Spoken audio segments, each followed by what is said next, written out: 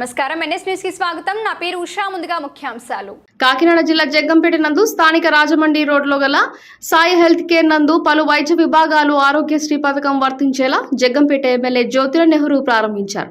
ఈ సందర్భంగా ఆయన మాట్లాడుతూ జగ్గంపేట ప్రాంతంలో సాయి హాస్పిటల్ బ్రాంచ్ ప్రారంభించి పలు వైద్య సేవలు అందిస్తున్న సాయి హాస్పిటల్ అధినేత విజయ్ కుమార్ కి ఈ సందర్భంగా శుభాకాంక్షలు తెలియజేస్తున్నానని అన్నారు. ఎమ్మెల్యేగా మొట్టమొదటి ప్రారంభోత్సవం పేదలకు ఉచితంగా వైద్యం అందించే ఆరోగ్యశ్రీని ప్రారంభించడం చాలా ఆనందంగా ఉందని అన్నారు. ముఖ్యంగా ఆరోగ్యశ్రీ గైనకాలజీ, చిన్నపిల్లల విభాగం, జనరల్ సర్జరీ, ఈఎన్టీ వంటి ముఖ్యమైన విభాగాలకు ఆరోగ్యశ్రీ వర్తించడం ఈ ప్రాంత ప్రజలకు శుభ పరిణామమని, అదేవిధంగా నేను ఎన్నికల హామీగా ఇచ్చిన కార్పొరేటర్ హాస్పిటల్ నిర్మాణానికి విజయ్ కుమార్ కూడా సహాయ సహకారాలు అందిస్తానని తెలపడం సంతోషమని అన్నారు.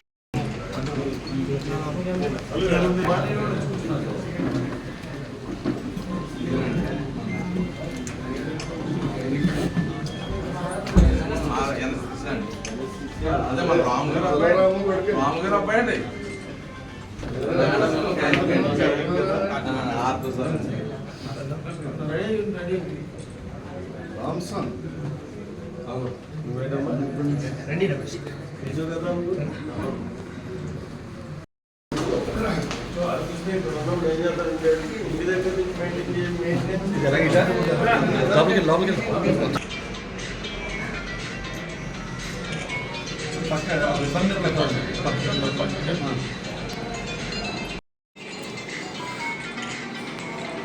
రెడీగా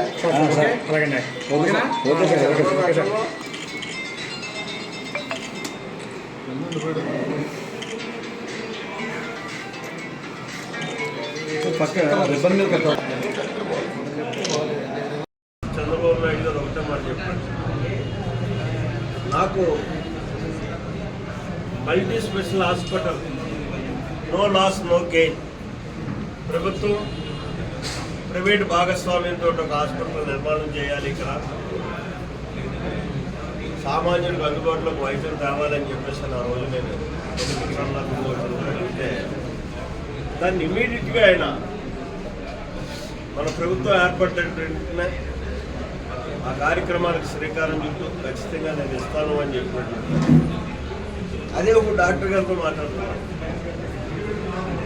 దానికి మనం అంతా కలిసి కార్యక్రమం చేయాలి, ఒక మంచి హాస్పిటల్ ఇక్కడ పెట్టాలి. మనం ఆయన కూడా తప్పకుండా ఒక సహకారం అందిస్తానని చెప్పాలి.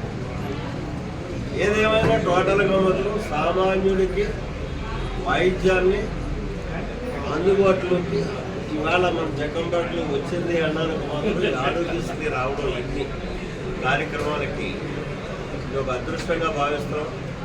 విజయ్ కుమార్ గారు చేసినటువంటి కృషికి మనస్ఫూర్తిగా శాసనసభ్యుడిగా నేను అభినందిస్తూ మొట్టమొదటగా సామాన్యుడికి సేవ చేసేటటువంటి అవకాశం కలిగేటటువంటి ఆరోగ్యశ్రీ పథకాన్ని ప్రారంభించేటటువంటి అదృష్టాన్ని కూడా నాకు దక్కించడం ప్రజాప్రతినిధిగా మొట్టమొదటిదే ప్రారంభం.